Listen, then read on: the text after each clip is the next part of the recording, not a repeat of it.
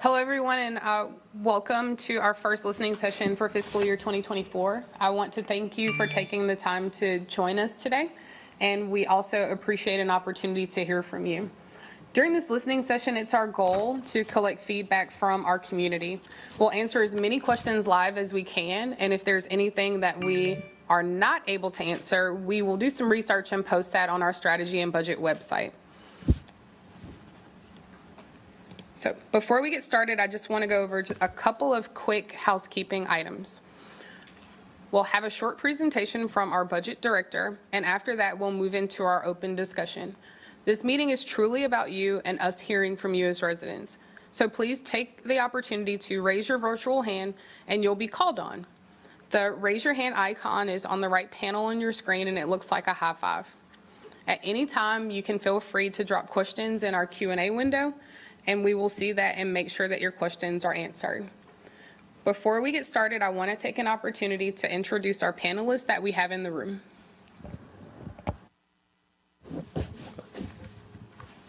Tiffany Blackwell, Strategy and Budget. Ryan Bergman, Budget Director. Monica Holmes, Executive Manager, Corridors of Opportunity. Sean Heath, Director of Housing and Neighborhood Services. Teresa Smith, CFO in the Finance Department. Hi, good afternoon, everyone. Debbie Smith. I'm the Director of the Charlotte Department of Transportation. Bree Harris, Strategy and Budget. Dane Hawkins, Public Relations. Lawrence Corley, Media Relations. Britt Clampett, City of Charlotte, Communications. And my name is Cherry Smith, and I work as our analyst in our strategy and budget department.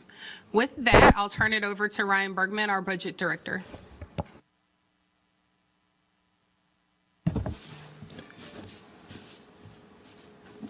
Thank you, Cherry. So what I'm going to do is I'm going to spend hopefully only about 10 minutes walking through the city's budget, how it works, things that we fund, and then we'll move into the portion that Cherry mentioned, which is both questions or things you'd like us to expand on, but also it's really an opportunity for citizens to provide feedback. All of our engagement activities, we collect the information, the feedback, and we give it to City Council prior to the proposed budget by the city manager. So first thing I want to talk about is the city versus county and the services and how we provide them. The majority of your property tax bill, if you live in the city of Charlotte, actually goes to the county. The city gets a little over a third of your property tax bill. The reason for that is that in North Carolina, the county is responsible for providing the local support to Charlotte-Mecklenburg schools, which is the biggest expenditure of either the city or the county, which you can see on the right there. So when you think about what the city does versus what the county does, other than education, the county also does more of your soft human services, such as social services, homelessness. They assist with the justice system, the court system. And the city is typically more your hard services, which are police, fire for public safety, and then also transit, aviation, streets, and things of that nature. If we go to the next slide. So speaking specifically about the city of Charlotte, our current tax rate is 34.81 cents per $100 of assessed value. And of that, we take a little under 80% of it, which supports the general fund, and a little bit more than 20% of it to support our capital program. So what general fund means is that is essentially the operating costs in a given year. So that is what we would use to pay police officer salaries, solid waste salaries, fire, programs such as that, the cost of running them on an annual basis. Our capital program is where we would undertake large-scale investments in transportation and affordable housing. If you look at the pie chart to the right, you'll see that police is our biggest cost, and police and fire for public safety. But I would caution you from looking just at the slice of transportation and housing, because the piece that's pulled out for capital support is almost exclusively for transportation and housing projects through our capital investment plan. If we go to the next slide.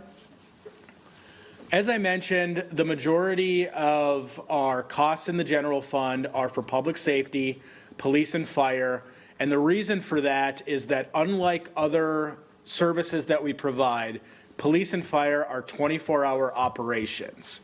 And so just to have one person on duty at all times in the city, you need to pay 5 employees to cover all of the times. And so to have all of these divisions ready in police, all of these stations ready in fire, is a significant investment in manpower.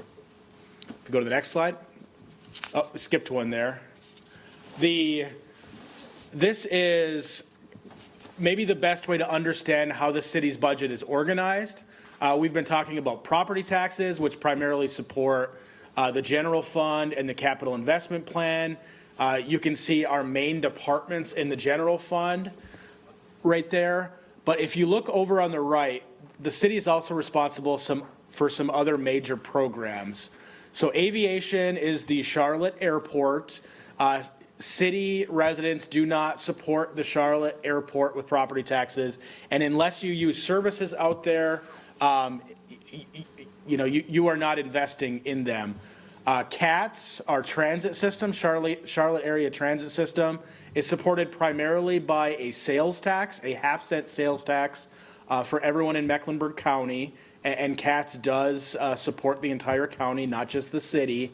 And then you have water and stormwater, which are enterprise funds, which operate essentially like a nonprofit business, where all of the costs of operations are charged to users in a monthly bill, which you would pay. And just like CATS, water and stormwater also go beyond Charlotte's borders as a city.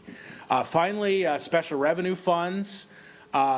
This is where you would see significant federal dollars, state dollars, grant programs, and it's also where you would see other revenue sources that can only be used for dedicated things. The biggest example, and one of the most common questions we get, is around professional sports.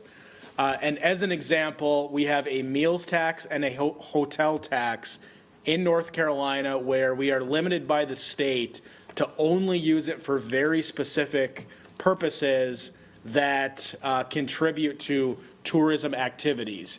So if you hear about investments in the Charlotte Hornets or you hear about investments in the Panthers, those are from sources that can legally only be used for those types of activities and cannot be used for other city services. If we go to the next. So property and sales tax, which account for about 70% of the total general fund budget. This is an example of how the money actually flows on your property tax bill and when you pay sales tax. The majority of it, like I mentioned, goes to the general fund to operate the city. And then the rest, the bottom two buckets, the smaller buckets, are how we support our capital program, which I'll talk a little bit about that here. So the biggest thing that the city does in its capital program is every 2 years we have a bond referendum of neighborhood bonds, housing bonds, and transportation bonds. Last fiscal year, or the current fiscal year we're in, I should say, the voters did overwhelmingly approve our bond referendum. And so the amount needed to pay back the debt that will be taken out from this referendum is already included in property tax bills and sales tax bills. So voting yes on that referendum did not increase taxes in any way. But these funds will be used for major improvements in sidewalks, street lighting, our affordable housing bonds, which creates gap financing for new investments in affordable units. But the way that we work, since it's every other year, we are now planning on a budget year that does not have a bond referendum. So you won't see the same major investments because of our cycle, and anything in our capital program this upcoming year is going to be more focused on a different type of debt, smaller debt, much more similar to mortgages for things like fire facilities that we would build. So, and I should mention, because I am going fast on this, that we will find a way to post this presentation so you can look a little bit deeper. But this is just showing that we have a multi-year capital plan that we work on with City Council that we try to stick to other than their adjustments. This is based on what was presented in the budget last year, and it is based on the premise of the capacity we have financially for these types of projects. So when we're building a budget, there's really a four-step process internally. We're using our economic data to project our main revenue sources. Then we try to figure out the cost to maintain the current service level that we provide. Just like everything else over the last couple of years, the cost on the city to provide services has increased fairly substantially. We try to seek out efficiencies, opportunities to centralize services, consolidate services, prioritize core services at the expense maybe of some of the lesser services we provide. But basically, we try to provide cost savings to help balance the budget. And then during this, we're also working with City Council on increases and decreases to service levels that they may want to see. Throughout this, we are working on financial resiliency. The City of Charlotte is one of the big cities in the country that have a AAA bond rating. It's not extremely unusual, but it's also not typical. And so we do that by trying to make sure that our ongoing revenues match our ongoing expenses. You know, we're not using fund balance to solve problems. We make sure that we have adequate reserves, and we make sure that we maintain affordability for our capital program into the future. Everything we do as a city and as a budget is based on policy guidance from our governing board, which is our City Council. They are the people that steer our budget, and we essentially work on it based on their guidance. On the screen, you'll see the City Council priorities, and you'll see some of the current initiatives that the City Council has been working on. You'll see at the very bottom, bridging the digital divide and developing small business and minority-owned businesses were two of the initiatives that City Council has asked to enhance at the City Council Annual Strategy Session, which occurred last month. So as we're working on this budget, just like other costs in the country, we are also facing inflationary pressures. The Municipal Cost Index tries to capture the cost of running a city or a county nationally, and this is a historical look over the last 20 years. And without getting too into the details, it's clear that the cost for us to operate has been increasing fairly substantially, and that's based on labor, that's based on materials, which are really the drivers of everything in the private sector as well. So really the key message is we're not insulated from the pressures, unfortunately. We do try to compare ourselves to peer cities in North Carolina. What you'll see on the left is out of every city in North Carolina over 75,000, we currently have the second lowest property tax rate, which is something that we're proud of. As far as cities over 250,000, we have the lowest property tax rate. And then if you look at the right there, we've worked hard as a city, and City Council has provided direction to allow us over the last 4 years to have zero property tax increases. We're one of only 2 cities in North Carolina over $75,000 that has been able to do that. You can see on the screen there that it's much more typical to have 1 or 2 property tax increases over that time period. And then if you go to the next slide, trying to build in more than just the city property tax. If you build in your city, county property tax, your water bill, sales tax, license fees, really a lot of the local government costs, and you tried to compare it to other cities for the current assessed value and the current median household income, we're proud that we actually have the third lowest of cities over 75,000 and the lowest among cities over 250,000. So these are ways that we try to track ourselves in the budget to try to maintain reasonable, adequate services at a decent cost for residents. So finally, in the budget development process, the way that it works is we meet with City Council at the annual strategy session, and then we have 3 budget workshops, February through April, to work on things. We've already had one. Throughout all of this, we have community engagement activities. We have a survey that we would really appreciate everybody taking, a balancing act simulation tool. And then what happens is the city manager will propose a budget on May 1st. I think it's May 1st, the first Monday in May. And from there, it is then City Council's budget. They are the deciders. They will make adjustments before they vote on it. During that process, after the city manager proposed the budget, there's also a public hearing on the proposed budget, which is at our first business meeting in May at the City Council level. And then we're required to approve a budget before the July 1st fiscal year. So I talked a little bit about these to stay connected and engaged. So please take our survey. Submit any email that you would like to strategyandbudget@charlottenc.gov. We will include it as part of our engagement activities and our engagement report that we provide our city council, which is similar to any questions or comments or recommendations that you would like to make today, which can be done a number of different ways. And with that, I will turn it back over to Cherry for feedback, questions, and comments. Thank you so much, Ryan. And again, thank you everyone for joining. I hope that you found our presentation to be enjoyable and informative at the same time. So at this time, know that you are free to raise your hand. If you raise your hand, we will be able to move you to a position to ask a question live that we will have answered. You can also, if you're a little bit shy, you can drop your question in our Q&A panel, and that will come to our panelists as well, and we will make sure that it's answered. And anything we are unable to answer, again, we will post that to our website, charlottenc.gov, on our strategy and budget page. So with that, I'll turn it over to our moderator for questions.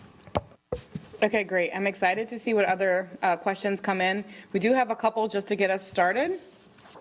So the first question is, who decides what's in the city's budget? So, as I mentioned, we are producing a budget that we feel aligns with the direction that our governing board would like us to go. So the direction comes from them a number of different ways. It comes in our budget workshops. It comes in our annual strategy meeting. It comes from discussions that they may have with city staff. And a lot of that is fed from discussions that city council members have with their constituents and with the community throughout the year.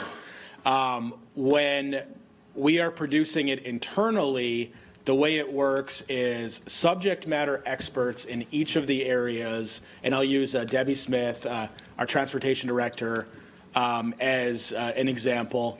She is responsible for her service level, potentially requesting enhancements to the services that they provide, helping us understand the pressures to provide those services, whether they're labor pressures or material pressures, and making sure that the transportation system runs effectively. And so there's a number of different departments and divisions just like that. They feed into the city manager and the budget office. We make a recommendation to council, and all of the final responsibility for everything comes from city council at the end. So city council are the people that decide who's in the budget, and subject matter experts within the city are responsible for trying to make the best recommendation possible to them. Okay, great. At this time, we'll call Frank. If you can unmute yourself and provide your feedback. You have the floor. Thanks, Jerry. I guess I joined today to kind of advocate on behalf of active transportation. I know we've been affected by inflation pressures, and maybe every project that we had on the docket isn't necessarily viable, and some cuts have to be made. But when we look at the budget, it's easy to say, well, we doubled bike lane expenditure in the last bond round. We tripled sidewalks. But then if you look, it's still dwarfed by a single road widening project at Shamrock and Eastway or Rhea Road, which I realized was a special grant that got that budget. But we can't say we have the 2040 strategic mobility plan to get to an active mode share of 50-50 and then continue to fund roads at a greater pace, especially if we're talking about building a financially resilient city. When we do road widening, that's going to wind up being more expensive up front, and then the long-term cost is also a lot greater. So I think when we're looking at trying to get to our goals, we really have to look at the funding of what are we cutting versus what are we spending on, right? If we're trying to get to 10-minute neighborhoods as part of the 2040 vision, you can't then say, hey, we did a one-time expenditure on sidewalks and bike lanes, and then, if we get more money in the budget, maybe we'll find something. But it's not just kind of a one-time expenditure that we can get away with. Great. Thank you so much for your feedback. I'll also turn it over to Debbie Smith to give a little bit more context around some of our mobility options. Absolutely, Frank. Thank you for that comment and contribution. What I would like to just share with you is that we also have what we call our complete streets policy and guiding principles. We reinforce that within the strategic mobility plan development. And so what I mean by that when I say a complete street is as you see those roadway widening projects, they do come with widened sidewalks. They come with a grass strip to separate pedestrians from the cars on the roadway. And it also comes with a strategy for bicycles. So in some cases that's protected bicycle lanes within the street, or it's located on a shared use facility that makes a wider path in order for bicycle travel. So did just want to contribute that, but absolutely appreciate your comments on that. I think we're on the same page. Yeah, and I would add, Frank, thank you for the feedback. I think there has been an understanding that dedicated revenue towards making some of the strategic mobility plan implementations is likely needed. There's been those discussions at the city council level in a number of different ways. Because this next year isn't a bond year, maybe there isn't quite as much urgency just because of the 2-year cycle. But I did want to assure you that those conversations have been happening publicly, namely at the City Council annual strategy session in January. Great, thank you so much. The next question that we received, where does the funding for the arts and culture plan and the infusion fan fall in the city budget? Sure. So 2 years ago, the city made a deal with the Foundation for the Carolinas. Well, I shouldn't say with the foundation. The Foundation for the Carolinas is the administrator that was trying to work with the city and the private community on a 3-year strategy. And that strategy included $6 million a year from the private sector in donations, and then $6 million a year from the public sector in donations, which is the city of Charlotte. And so the $6 million that we have, which is in the budget this current fiscal year, the last fiscal year, and should be in this next fiscal year, comes from, 2/3 of it comes from the city's general fund, which is similar to the contribution that the city had made in the past for arts programming.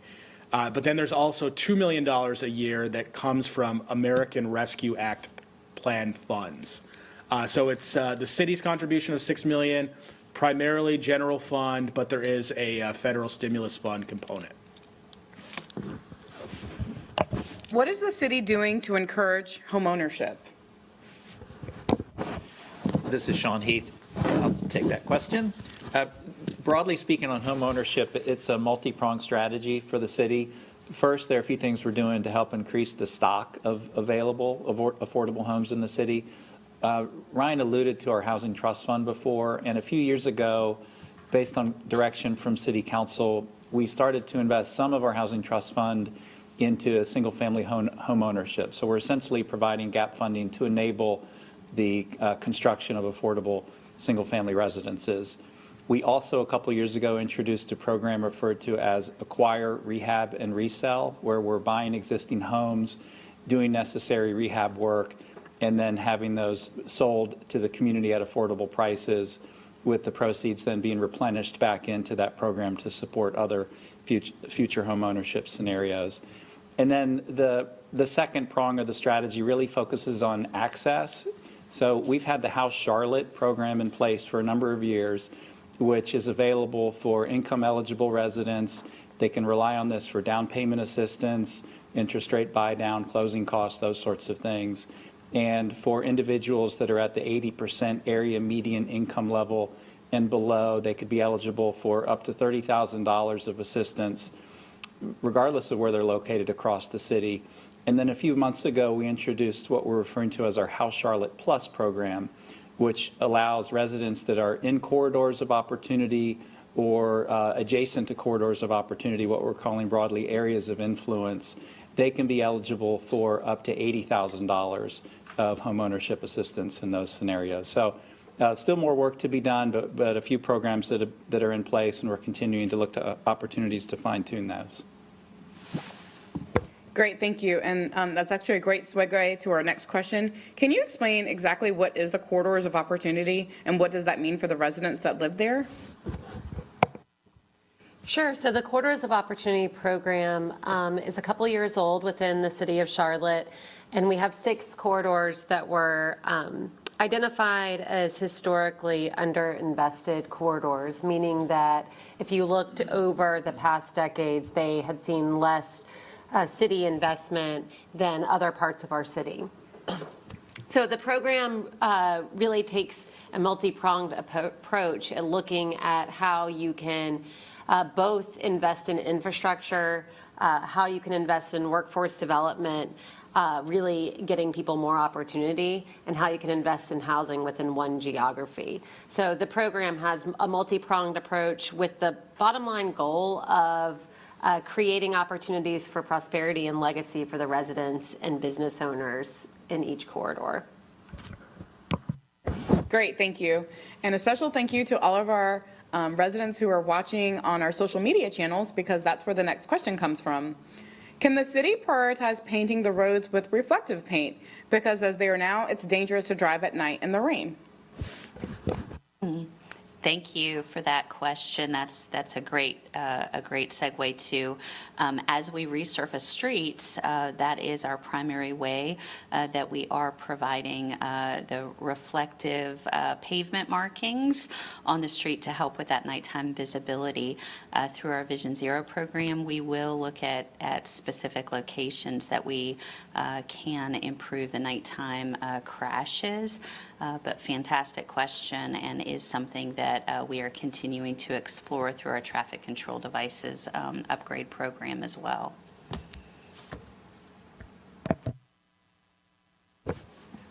We also have another transportation question.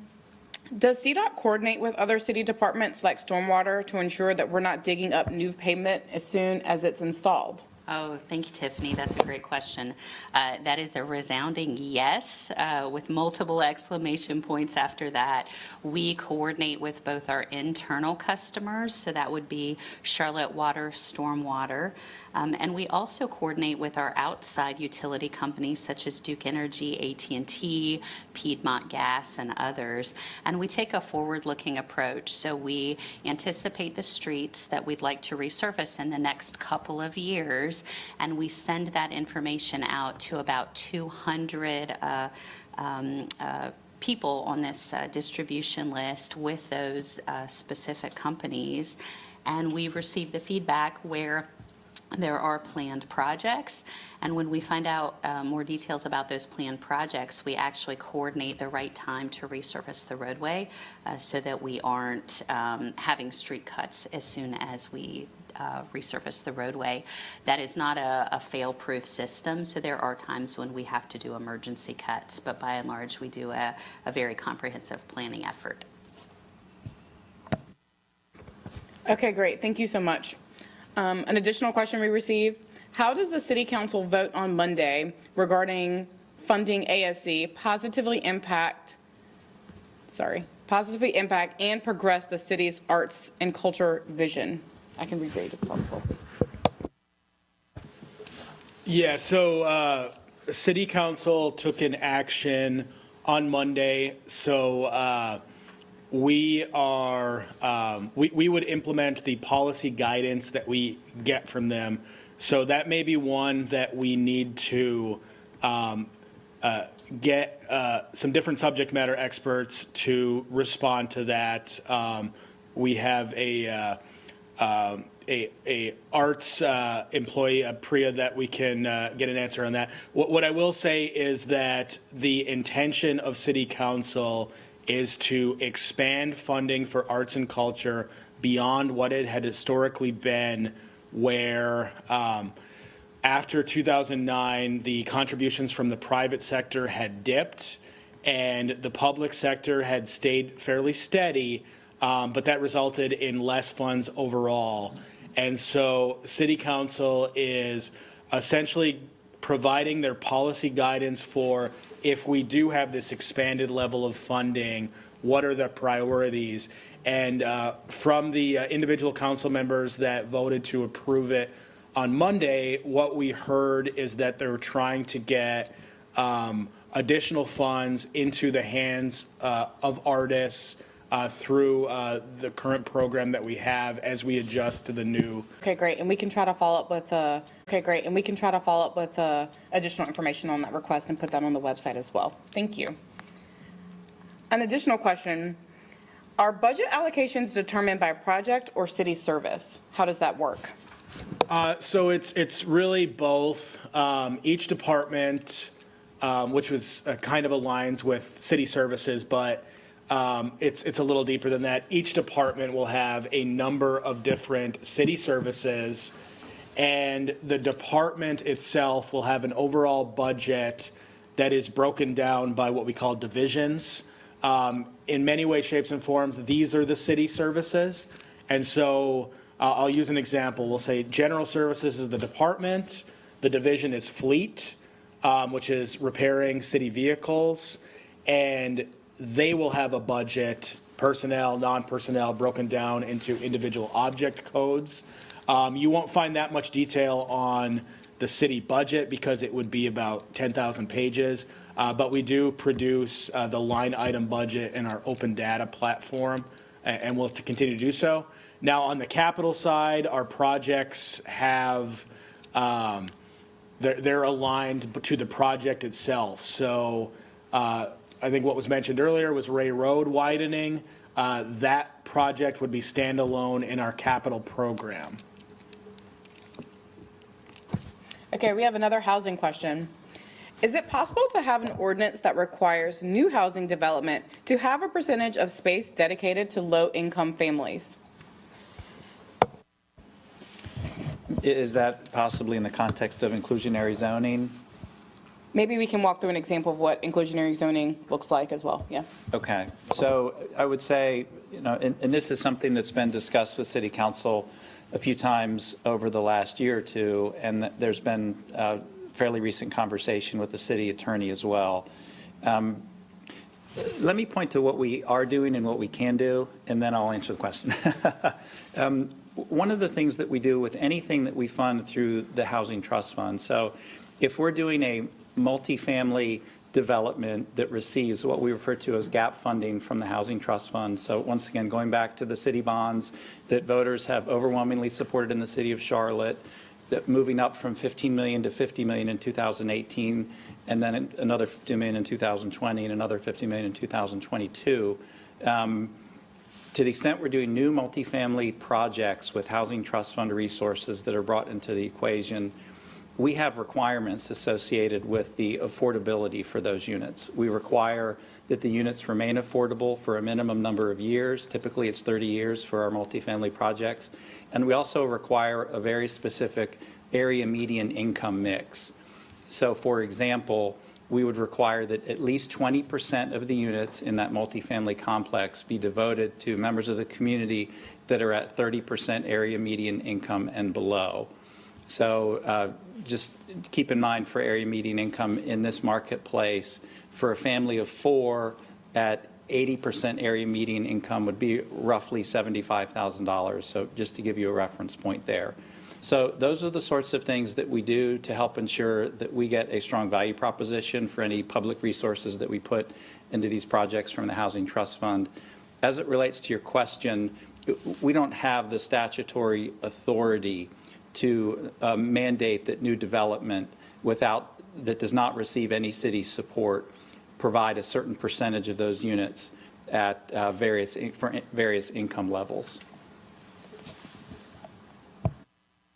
Okay, great. We received some resident feedback that doesn't have a specific question, but I'll read it, and if there's a response from the panel, we can allow that as well. Municipalities can no longer just spend an isolated dollar here and dollar there. Everything money is spent on needs to meet multiple objectives. Programs need to cross departments. Infrastructure needs to be purpose-built for multifunction. Every dollar needs to be, quote-unquote, mixed use, benefiting the public and the private, the short and the long term, and even the city and the county. Sure. Yeah. No. I think that's always our goal, which is to try to ensure that public dollars are spent appropriately. I think that's why we typically try to measure ourselves against other North Carolina cities, the cost of our service, the overall burden on residents. I think we fare pretty well in that. But we also are trying to do a lot more things cross-collaboratively. So an example would be violence in the city. We have functions of our police department responding to violence in the community, trying to work on it. But we also have, outside of police, we have alternatives to violence programs that we're setting up, trying to work on things a different way. On top of that, we have housing and workforce development, which tries to address poverty, which can be the root cause of a lot of the things. So everything that we do is connected. I think there's recognition of that.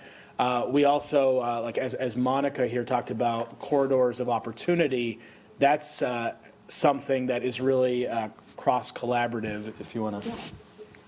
I'm sure I'll chime in on that. So the Quarters of Opportunity program is a great example of what you just described, Tiffany, where we're taking dollars that are housing tied, economic development tied, infrastructure tied, and putting them together with projects, programs, and partnerships to leverage them as far as we possibly can. So a great example of that would be like the intersection of Beatty's Ford and LaSalle, where you have a public-private partnership with the development side. So community-based developers really working on revitalizing commercial strip buildings at the intersection. You have transportation improvements that we're funding at the intersection, making the crossing safer, getting new traffic signals, getting countdowns so that pedestrians get the go-ahead a little bit sooner. And then you also have within that a housing project just about a block away where we're really working to get more affordable housing in. And then you layer into that the program that you mentioned, Alternatives to Violence, which is also based right at that intersection. That's just on the project side. We're also working with the community on the capacity building side to really be able to advocate for themselves and build a business organization and have the kind of wherewithal and resources to be able to continue that work and further stretch city dollars. So you see investment from other outside corporations and nonprofits like the Knight Foundation, Fifth Third Bank, all coming to really pull together those resources. So to me, that serves as a model of how we can do work in the future and how we will continue to do work in our corridors, kind of bringing those 10 different departments together, really looking at internally, how do we solve this problem holistically? How do we solve systemic issues versus just saying, we're going to build a sidewalk here and, cross our fingers that it will connect something. So I think we're all doing a much better job putting those pieces together strategically. Great, thank you. Another question we received, I've heard terms like tourism funds and convention center funds. Can you tell us exactly what that means and then what can those funds be used for?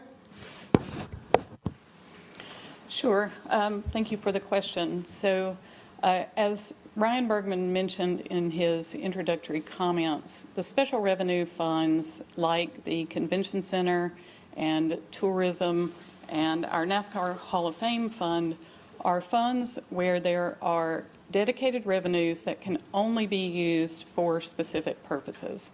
So if we think about the Convention Center Fund and the revenues that are used there, which is a meals tax or the prepared food and beverage tax, and a hotel tax, which is our occupancy tax, those things can only be used for our convention center.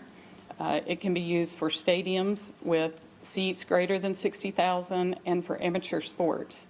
So as Ryan mentioned, when we look at how we're funding those projects, we're looking at those individually and separate from things that we're funding in the general fund budget, because we have to stay true to how those revenues can be used to support those projects. Thank you so much. We're going to go ahead and do last call for anyone who wants to raise their hand and speak. We're getting close to our end time, and we just want to give people an opportunity to speak that would like to do so. So we're going to do a quick last call on those persons who would like to raise their hand so they can speak to the panelists. In the meantime, another question we have about the city's infrastructure, and how does the city plan for infrastructure and support the rapid growth that we see every day, especially on our streets? Hey, Tiffany, I'll take that question. So the city adopted a comprehensive plan, the 2040 plan, as well as a strategic mobility plan, and that really sets our community vision for growth and mobility.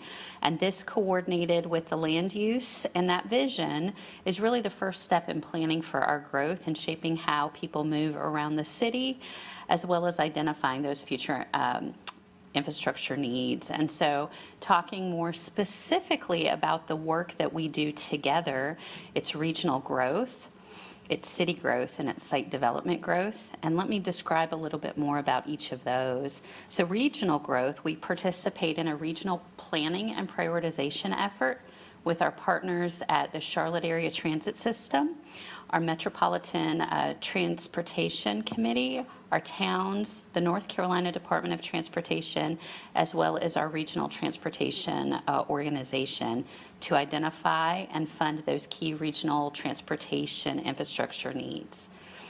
Within city growth, we plan and develop that capital investment plan, and Ryan touched on that a little bit with our sidewalk, our traffic signals, and our road resurfacing, and that's really how we do both small and large-scale projects, so anything from sidewalks to new roadways. And then if we really get down into the details within the land development, and we do site-specific locations, so we review and regulate that development based on how that rezoning allows or how that particular project is going to come together. And we do that to ensure that the private investment in needed transportation infrastructure is both identified, required, and implemented. So we get new streets that are required, new intersection capacity, new sidewalks that our code requires. So that's how I'd answer that question. Great, thank you so much. Mr. Friday, I think would like to make a comment. So we're going to allow you to unmute so you can have the floor. Hi, everybody. I'm sorry. Hello. Sorry. Hi, Friday. Sorry about that. So I was like, let me just show my video just in case. My name is Friday Jones, and I represent the city of Charlotte at large on the Arts and Science Council for the Southeast Advisory Council, and I live in City District 7. And I just wanted to comment that, ASC is actively engaged, especially as the Advisory Council. We're actively engaged in assessing the community and residents' needs, and I've recently spoken with a lot of ASC funding recipients and just the impact that their funding has had on their career and on the cultural vibrancy throughout the city. And I just wanted to thank the City of Charlotte for its support of arts and culture, including ASC over the past year. And I just hope to see the city continue to support arts and culture in fiscal year 24. And that includes through the Infusion Fund, what it's allowed ASC to invest in over more than 50 projects that build community and increase relevance and innovation through its cultural vision grants. So I just hope that that's something that is continued to be considered as the budget is being made. And again, just thanking the City of Charlotte for its investments in arts and culture and making creativity a priority, because it does lead to innovation across sectors in the city, and it also attracts so many people to the city for arts and culture. Thank you. Thank you, and you definitely beat us with a background, so we'll try to step up our game a little bit for a future session. Thank you so much for your feedback and for joining today. We appreciate it. Okay, one additional question we have.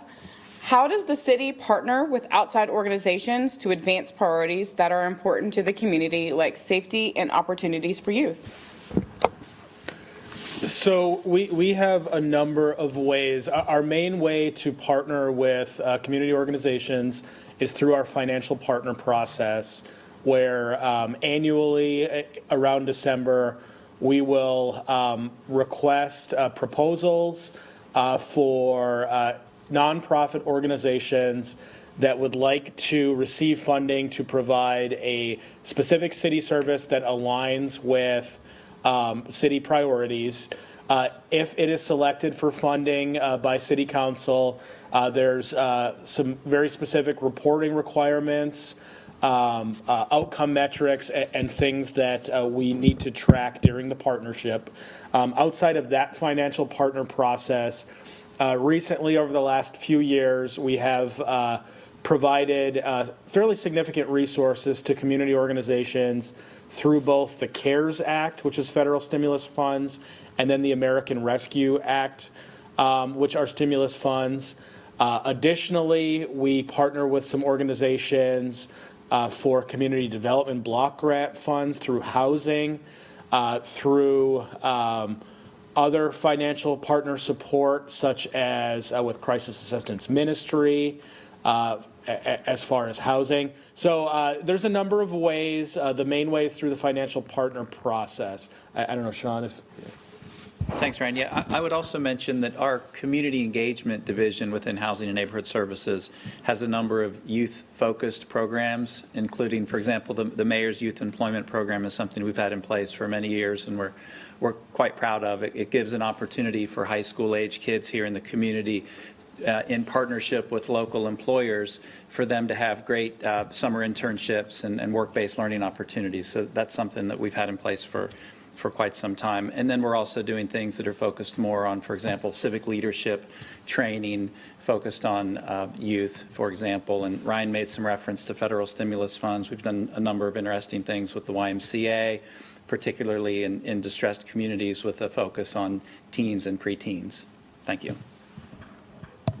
Great, thank you. An additional question we received. The city's social media polls show residents are prioritizing support for housing and neighborhoods, as well as transportation and roads. Great thing we have two great panelists in those areas.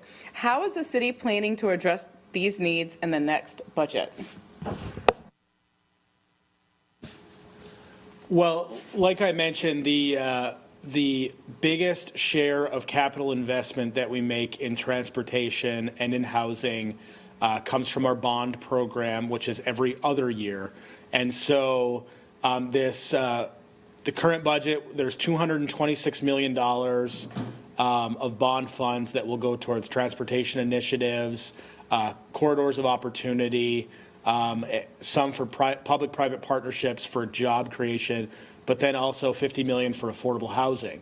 So we just received access to those funds last month. Voters approved them in November, and then there's a period. So we will be trying to deploy those resources over the next 18 months until we get to the FY2025 budget, which would have another bond package that we would work on with City Council. On top of that, we also deployed $30 million in federal stimulus funds for housing opportunities, of which, Sean, I want to say there's probably a little under 20 million left. And so City Council will be reviewing additional investments through that, which will certainly take us through the upcoming budget. Because this upcoming budget isn't a bond year budget, a lot of the discussion is really more focused on our operating funds, which are a little bit more static from year to year because it's primarily employee salaries. But I don't know if Debbie or Sean, any other initiatives or anything you'd want to talk about that we'll be working through. I think for housing, Ryan, I mean, you did a great job of hitting the high points. I would just underscore or reinforce that there are a number of things that we're doing across the entire continuum. We're in partnership with the county. We're looking at opportunities to address challenges related to homelessness in Charlotte, Mecklenburg County. We continue to do a number of things related to the creation and preservation of affordable housing through the Housing Trust Fund and other avenues. Home ownership, as I had mentioned before, is an area of particular interest. So when I mentioned the Acquire, Rehab, and Resell program that Council launched and funded in calendar year 2021, that's an example of something where we'd like to find a way to continue to scale that work going forward.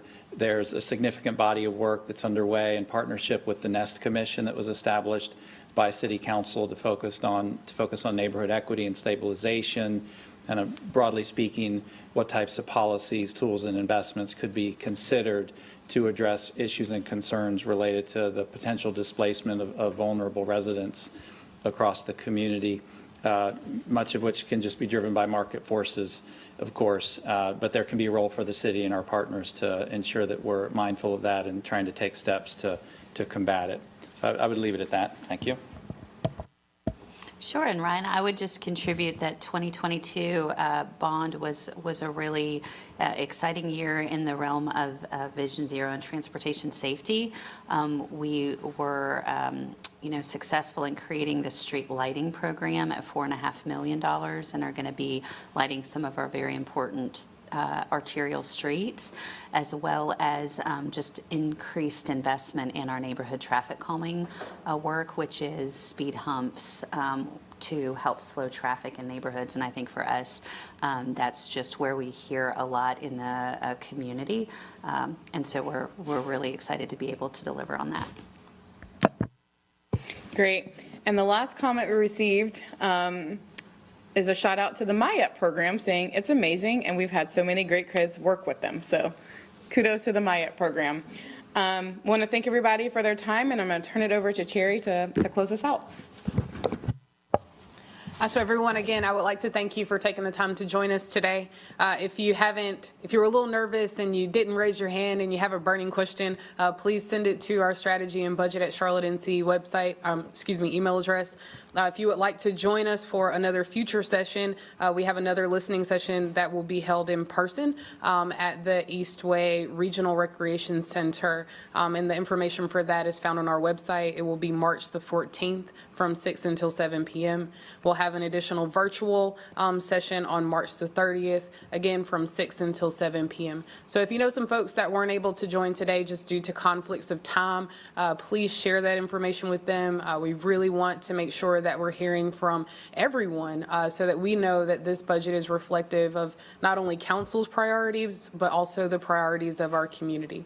So again, I thank you all for joining us today, and I hope you have a wonderful rest of the day.